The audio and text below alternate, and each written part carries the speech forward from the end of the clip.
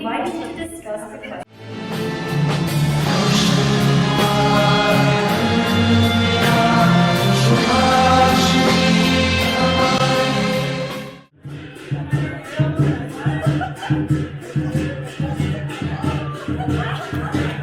Let's give them a warm round of applause, everybody!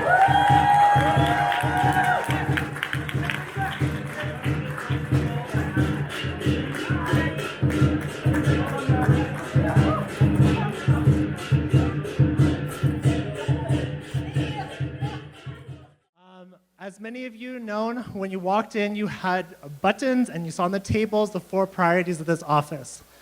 So over the past few months, I had been doing listening sessions and realized that these are the 4 priorities that are important to this office and is really important to this community.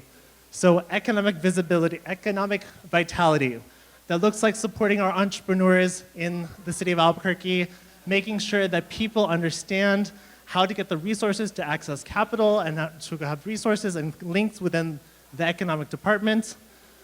Visibility, to tell our stories, to make sure that we are heard. And I have to give a shout out to Lava Conson, who is right here. Lava is an amazing, amazing filmmaker. She's a director of the Asian American Film Festival, which I hope that you guys all attend in November. But she made that video that introduced me. So thank you, Lava. And she will be also that person you can go to tell your story as well. And the last 2 priorities of this office is civic engagement. I want to make sure that every voice is heard in terms of this community, that they know how to be on some of the boards and commissions, and also in our libraries, how to shape how our office affects this community. And lastly, the APINH Center. The APINH Center is a long project that's 40 years in the making that was really a beautiful idea from our community members here and spearheaded by the late Delia Cantra. And I just want to say thank you so much to Anthropopoulos, Richard Peirce, wave your hand, and Daniel, the team. These people are in charge of making sure that we have a place in Albuquerque and that we have a place where we feel like we belong. Bring some honor to this room, because I know that so much of this community, honor is important. And so I want to thank my mom, my late mom, who passed away suddenly last year, and guided me back to New Mexico to fill this position. Thank you. And also to Delia Cantra, who was a mentor of mine and a person who has spearheaded this community very, very strongly, and her spirit guides us. And in that, how we honor our community is that we tell our stories too. And I have the wonderful, wonderful opportunity to introduce my colleague, Jackie So. Come on stage. Jackie.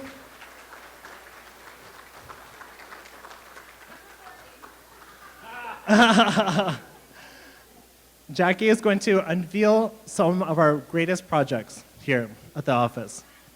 Thank you, Carlo. Hi, everybody. Well, first of all, happy Diwali! Woo!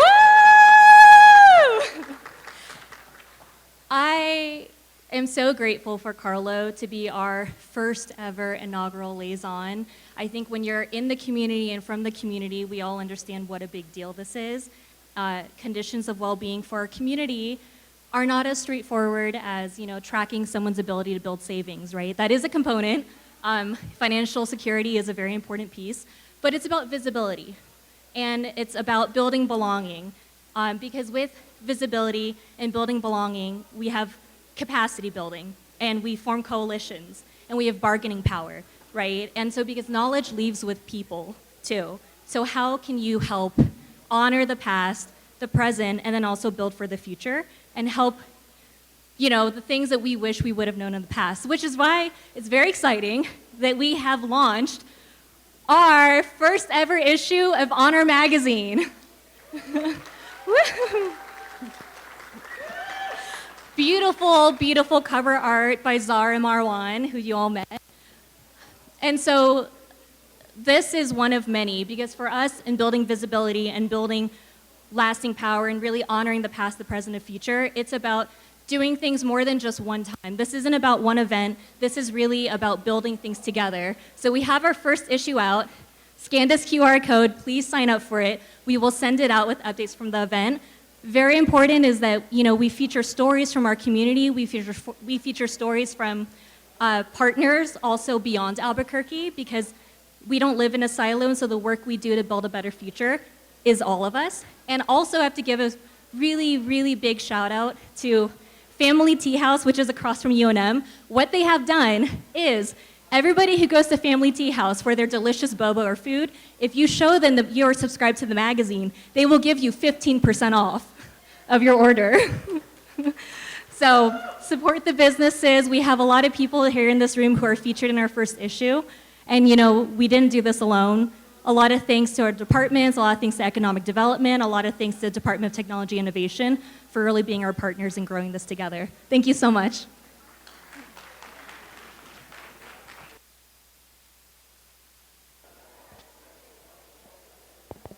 Next, we're proud to recognize several community and city leaders who have championed equity, inclusion, and APINH representation in Albuquerque.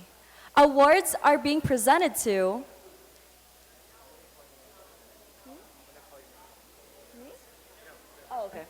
When I call your name, please come up to the stage. Carla Martinez. Max Grunner is not here, so Ken Jackson will be accepting for him. Ken Jackson. Lava Consuwon. Beatriz Valencia. Richard Purse.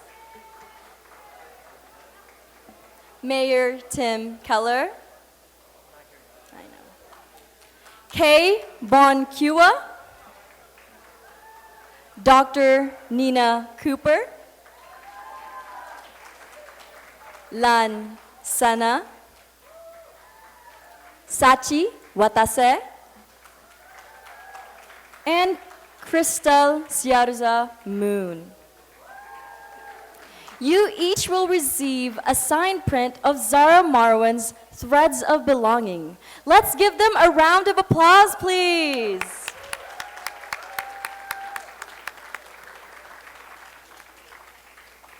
Ribbon cutting will commence later, so please look forward to that.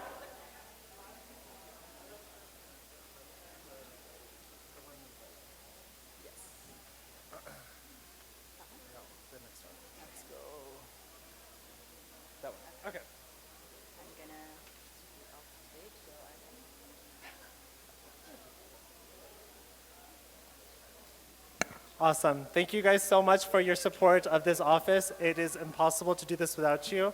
And I just want to give some time here to some of the leaders of the APNH community to talk a little bit about how this position came in. For those who are received your words, you may also leave if you're not talking.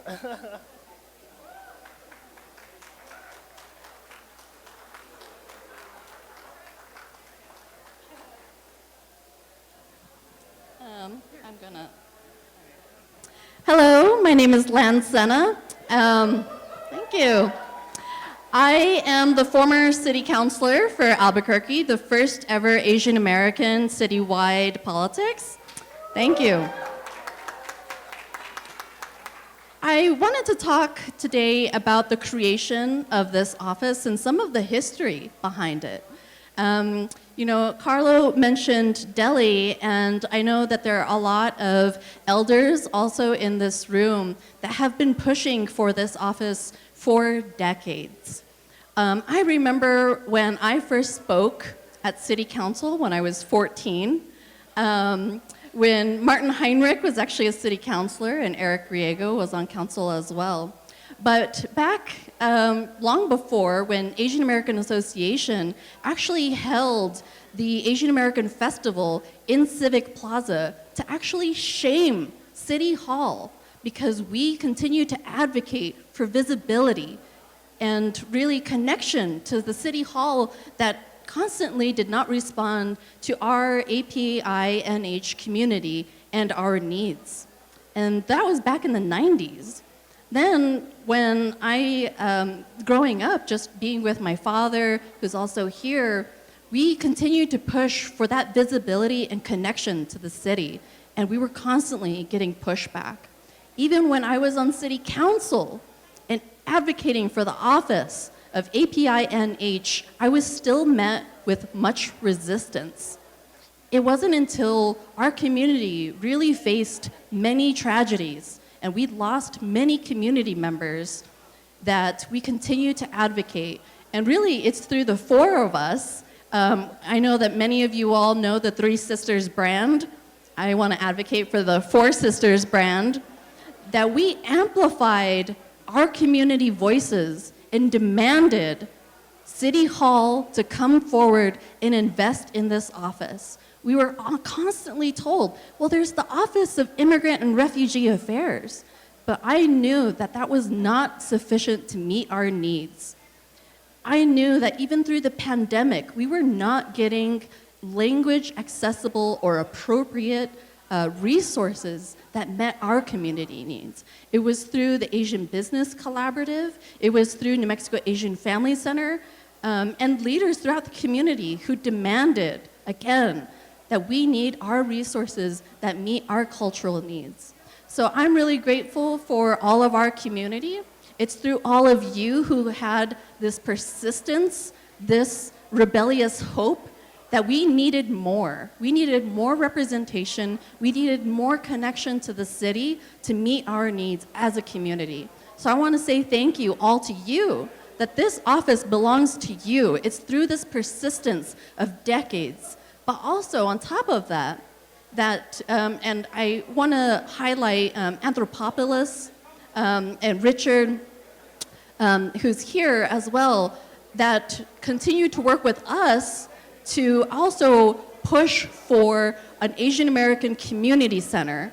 And I highly encourage you to talk to Richard. You're certainly welcome to talk to the four of us about the status of this community center, because again, that has been since longer than I've been alive, actually, that our community has been advocating for this community center. And we have gotten the furthest that we have ever gotten in history to actually make that a reality, a space for us to have that visibility and connection and celebration, to have that joy being in community. And so I just, again, want to thank all of our community's persistence, advocacy, and hope that we can demand more of our government, more of our city hall to actually meet our needs.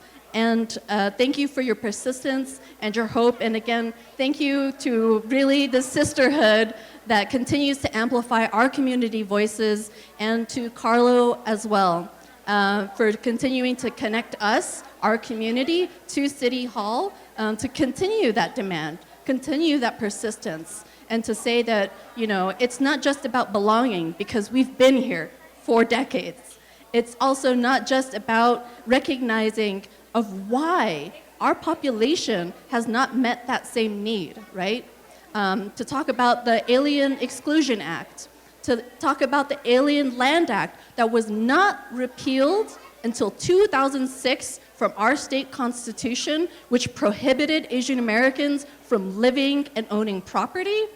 And on top of that, the racist covenants that still exist to this day on our deeds that says Orientals cannot live on the property unless you're an indentured servant. We still demand that that language be struck, and we still demand that visibility, that despite, while on council, passing the language access, and despite Representative Kebun-Ku passing that at the state, we still face those issues today. So again, I continue to encourage all of us to demand more of our government, but also demand more for our community.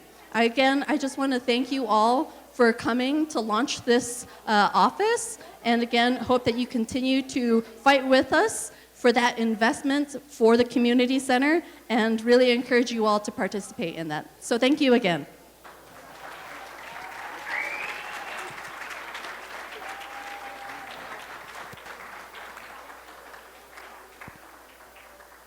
All right. right, so everyone welcome and congratulations. What a wonderful moment this is.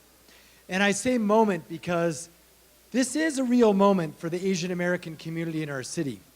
And it's something that we've been working on for many years. And I want to tell you the story of this. But before I do that, I just want to do a couple of acknowledgments. There's so much thanks to go around. But I do want to highlight some folks. We have a very supportive city councilor who's with us. City Councilor Nicole Rogers. Give us a wave. Give her a round of applause. And when we decided to put this office together, it took a whole team of folks from the city. And especially if you haven't met them, I do want to take a moment just to recognize them. The woman in charge of all of this is actually, she keeps a low profile, but she's one of our deputy CAOs. Carla Martinez is back there. Give her a round of applause for all she does for the city. And then, of course, Jackie So, there she is, Jackie. Excellent. And Jocelyn Montoya and Vanessa Arbayo, I think I saw you back there in the back. Thank you all so much. And then, of course, the woman who is in charge of all of our immigrant support, which, if you know, our city does this. She works very, very hard each and every day. Beatrice Valencia. There she is right there.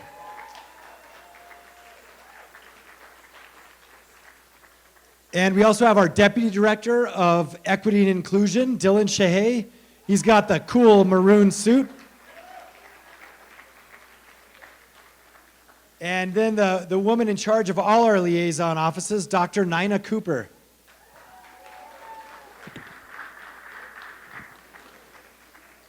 And we have the sort of sister office to this office, which is our Office of Black Community Engagement. And Nima Pickett is here. I saw her. She's got a sari on. Looks great. May have headed out. But anyway, thank you, Nima. So let's see. And then, of course, someone who I think everyone here knows right now, and I'll tell you the story of how we got to him, but because we're doing intros, you know your Asian liaison for the city of Albuquerque, Carlo Aragón. There he is.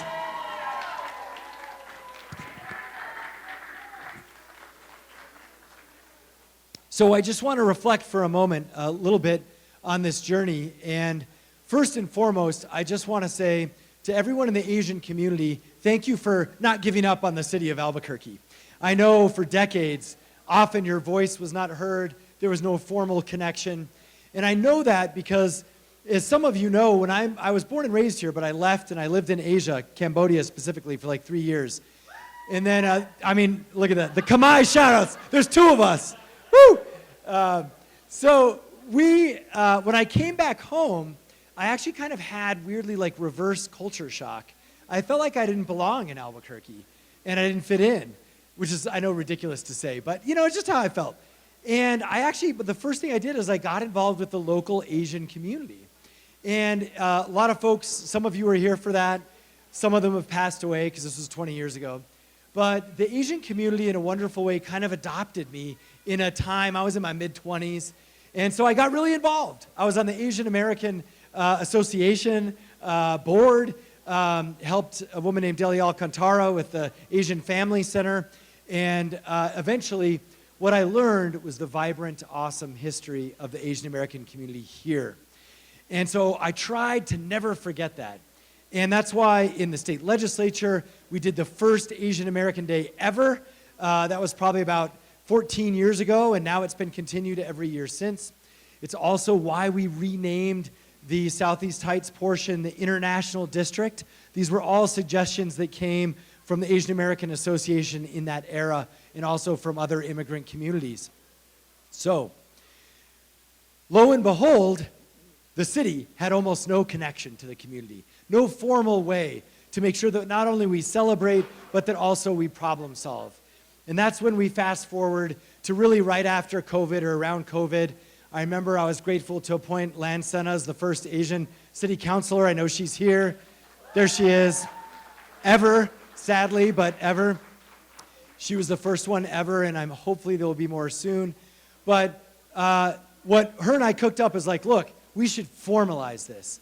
And I said, let's do it, because I made the same commitment to the Native American community and the same commitment to the Black community. And we have had now for several years offices of Black community engagement, Office of Native American Affairs.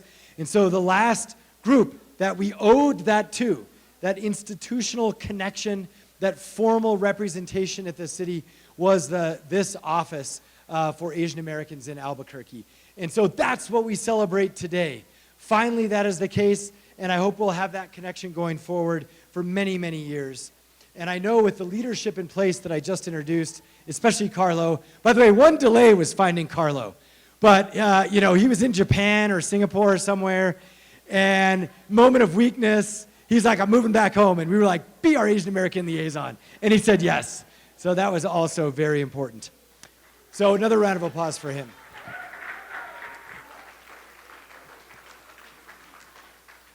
So we should get back to the celebrating and the culture. That's what we're here to do. But I do just want to note we have 4 goals for the office: economic vitality, civic engagement, visibility, and of course a permanent center at some point for the Asian community here in New Mexico.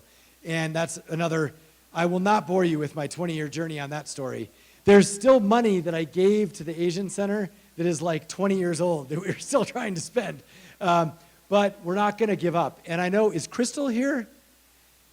Her and her team, I know there's a bunch, Kay and also Sachi, they are still working on the Asian Center. So if you have questions, see them. And I know with this next generation, we're going to be able to get it done.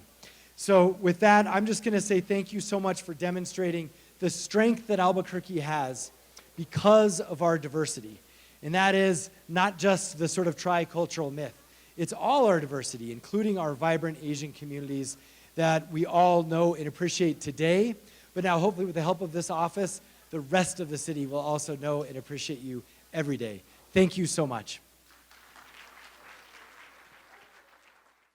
Countdown. Ready? You all can help us. 3, 2, 1.